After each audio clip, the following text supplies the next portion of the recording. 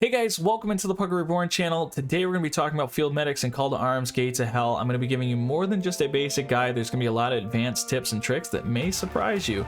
If you do want to add anything, leave it in the comment section below. All the timestamps are going to be in the description section below. So without further ado, let's get into the video.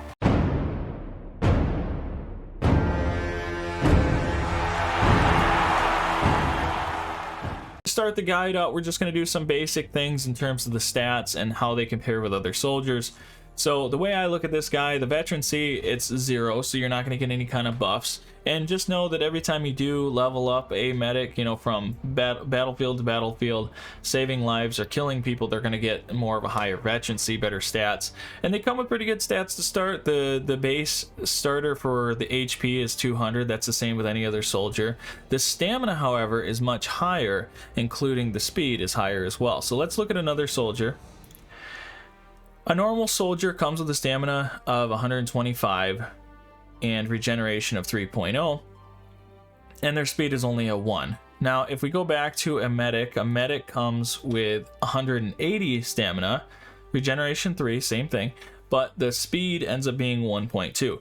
Now, granted, it makes sense because they're running across the map. So going to save soldiers, if it's their primary goal, you're obviously going to want to have that speed. So they do have the speed to get some from point A to point B much faster. They have more stamina to be able to get those long jaunts across the map. And you know, if we look at just simply the perks, for instance, to actually heal somebody takes 10 seconds. They can be a mechanic. They're just like any other soldier. They're half as fast as an actual mechanic themselves or a tank crew. And then finally down here we look at this and we see that the weapon skills, they just start out with a 3 level for rifle and a 3 with a pistol. Now, why this is important to know is because on the battlefield you only start with a pistol. So if you're going to pick up a weapon for medics, which I highly suggest you do, you're going to want to go with a rifle. And again, the higher level they are, all these stats end up changing. The medic skill ends up going down from the duration of 10 seconds to 9 seconds, 8 seconds, just depending on how long they live. Now, the actual weapon itself, the Luger, the pistol that they start with, is pretty good. Semi-automatic pistol, the fire rate, 300 RPMs, which you can just, you know, hammer really down on the pistol here. You have the muzzle speed, which is 263, which isn't crazy. The max health damage that you can put on somebody is 60. Now that's pretty close. If we scroll down here, you can see the range, the maximum range that the game like shows you as you're aiming out across a point is 70 meters. But yeah, the effective range is as close as you can. Obviously, 25 meters or less is really the ideal shot, because even at 25 meters you're only doing 55 HP. If everyone has 200 HP, you're gonna have to take at least 4 shots in them unless you're hitting them in the head, in which case you get a bonus. But just keep this in mind. It's a pistol, right? We don't do long range with pistols and stuff, and this is why I encourage, if there's a dead soldier on the ground, pick up the rifle, take the ammunition. I'll show you guys how to do that if you don't already. Also, there's a massive spread across the range. You can see all this stuff down in the corner here. I'm sure right now it's going to be boldened so you can see. So yeah, so that's just basically the stats. Oh, and one more thing, the magazines hold 8 rounds, so you think about it. The max you can do is kill 2 soldiers up close before you have to reload, which is 3 seconds to do so. And that is pretty much the basic stats of a medic.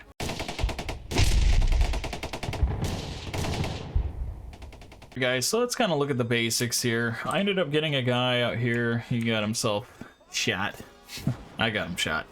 But I want to show you how to effectively heal and fix the situation on the battlefield. Starting out, you're gonna throw a okay, well, you're gonna attempt a smoke grenade. You don't have to always do this, guys. You don't have to use a smoke grenade to heal your guys. And he just keeps throwing it and hitting every obstacle there is.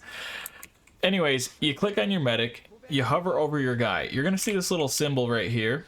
It's that flashing blood thing, meaning that they can still be healed. Then you're going to grab your medic and you're going to hover over. It's going to show that he needs to obviously do his medic thing, push on him a few times, and then the soldier will get back up. Now, when the soldier gets back up, you don't actually heal him for the rest of his health. You're going to see he has like half bar here left. You can see down in this corner. All you're going to do is F8, or you can click on it. The guy will heal himself. Okay. So the medical tent is another piece of information that you need to know. When I first started playing this, I thought that the medical tent just passively healed your guys faster. That is not the case. What the medical tent does, if you click on your soldier, you go down to the bottom right hand corner, it says emplacement options, and they can put down a medical tent. Now this medical rally point, it says that it resupplies your healing equipment. Now you might say, well, like, how important is that really? Well, what you can do with a soldier is you can run over and you can give medkits to other soldiers that are on the front line. They're going to take shots constantly, and as soon as there's brief relief from being shot at, the soldiers will heal themselves. Now, one bandage at a time does like half health for them, so you gotta keep in mind the more bandages you keep on soldiers is actually better.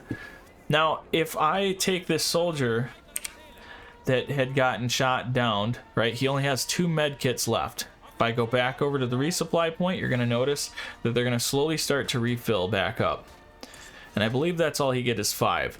But if you're going to put this guy at the front line, you can't actually press X and do anything with the medical tent. The way that you have to do this is you need to, and this is where more of the micromanaging comes into hand. You take your medic, you hover over the soldier, press X, oops, and you're going to click on him. Medic's going to come over here, and all you got to do is double click the med kits to be put on that soldier. Now, when you're done with that, you can come back to the rally point, and you're going to notice the medic, or the medical equipment is going back into the soldier's inventory. Now, here's the thing, guys. Again, a lot of micromanagement. It can be a real pain in the butt to do this, and that portion of it I completely understand. But it is a survivability situation that you can take advantage of, and every medic has multiple tents. I have tents already down here that I've given to multiple soldiers that have been on the front line. Even soldiers like this where he needs ammo. I'm gonna actually go and get him to an animal point. Now, the next portion of this is getting a weapon for this guy. I personally like to get my field medics to have all the equipment to stay alive as long as possible. Remember when we looked at the stats, the rifle was the best option to take. So if I hold down C, I can see where all the equipment is, like dead soldiers and so on, the guns on the ground, the shells from this thing firing constantly. And so we're looking for a dead body otherwise. Hold down C, perfect. We'll go over here. Have him run over. Control to lay down. Gonna pick up this weapon here. We have the Mosin Nagant.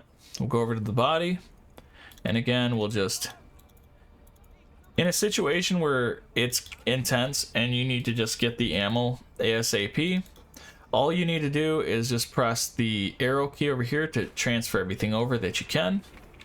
Take the grenade as well, just in case we need it, and as you can see, he'll already start shooting and so on. Let's run him back. He got shot once, that's fine. You're gonna see down here, he has 22 medkits that he can use on himself. That's just how you can make your medics better equipped. And as they kill things, as they heal people, their stats will go higher. So now let's look at some of the tips and tricks to the medic.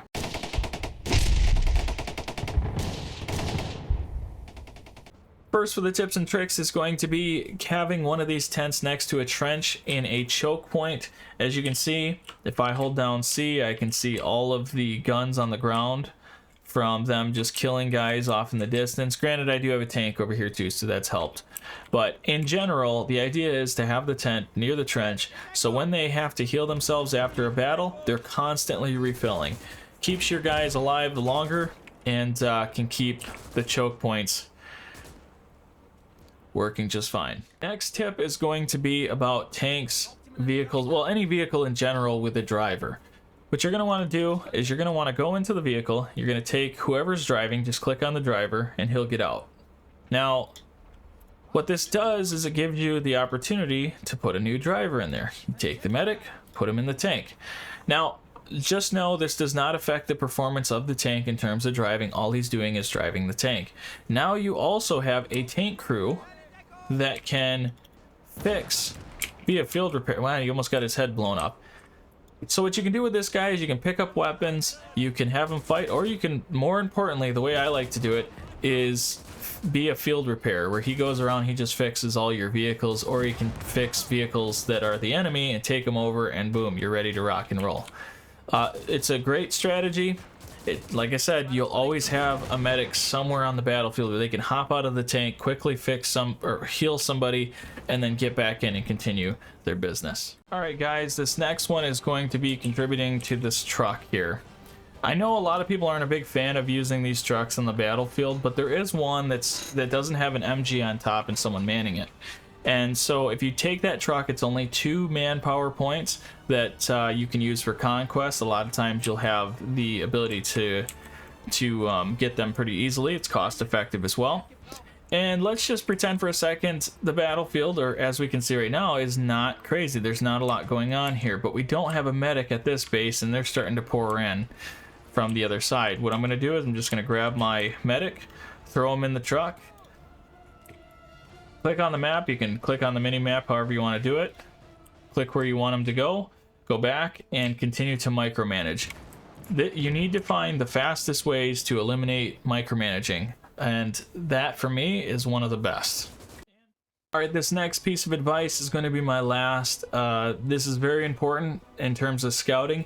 If you haven't seen how to scout, or you don't know how to scout, guys, check out my infantry guide video. I go over that. I probably will do another stealth guide so you can get a better understanding of it, but for now there's going to be a lot of details that I'm not giving you, just because it's a longer paced thing. So when you pick a scout, the things that you do need to be looking for right off the bat is that he has smoke grenades, 2 smoke grenades, he has an AT grenade, anti-tank, and a frag grenade or 2. And the reason is because when you're scouting, you need to kill whatever's coming through the woods, or take out an artillery that's just out of range from your artillery or your tanks. That's their purpose. So what I like to do is I like to use a medic that I know is going to be in-house at the base. He's not going to be using his smoke grenades. He's not going to be doing a lot of things like simply using them. So what I do is I'll take my medic, I'll go to the soldier that I'm going to have scout, and I'm simply just going to give him my smoke grenades, and I'll give him more med kits so that he's more prepared for battle. You can do this right at the beginning of every mission. You don't have to wait to do this strategy. And put him back in the base, get your guy. If he's all set up and ready to go, then you can get him out into a bush somewhere getting ready to strike the enemy. So that's going to pretty much do it for my tips and tricks.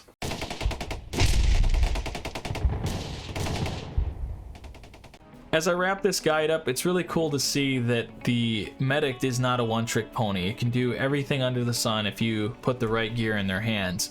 I hope that this strategy did help you guys, and I want to thank everybody who's still watching at this point. If you could take 1 second, please hit that like. And if you want to subscribe for more content like this, of course, do so. But also in the comment section, let me know if there's a video you'd like to see in Call to Arms. Stay tuned for more videos like this. So without further ado, I will see you in the next one. Bye!